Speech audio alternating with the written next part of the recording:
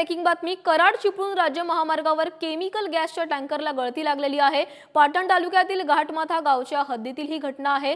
सकाळी घडलेल्या घटनेमुळे संपूर्ण हवेत धुराचे लोळ पसरलेत। घटनेच्या ठिकाणापासून आसपास राहणाऱ्या लोकांना गॅस गळतीचाही त्रास जाणवू लागलाय।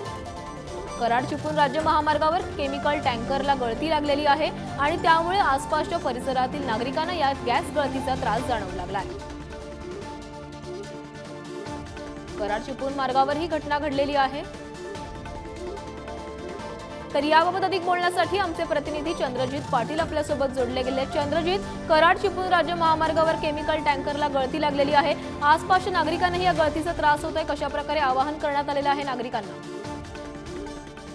आज सकाळी गॅस गळती झाल्यानंतर या कराड चिपळूण मार्गावरील वाहतूक पूर्णपणे बंद करण्यात आली होती।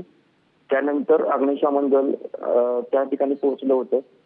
गॅस गळतीवर नियंत्रण मिळवण्यात यश आलं असले तरी गॅस गळतीमुळे या परिसरातील लोकांना काही त्रास झाला।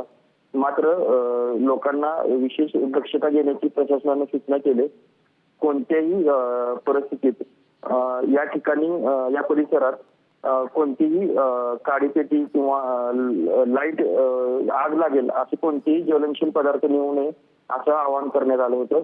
आता परिस्थिती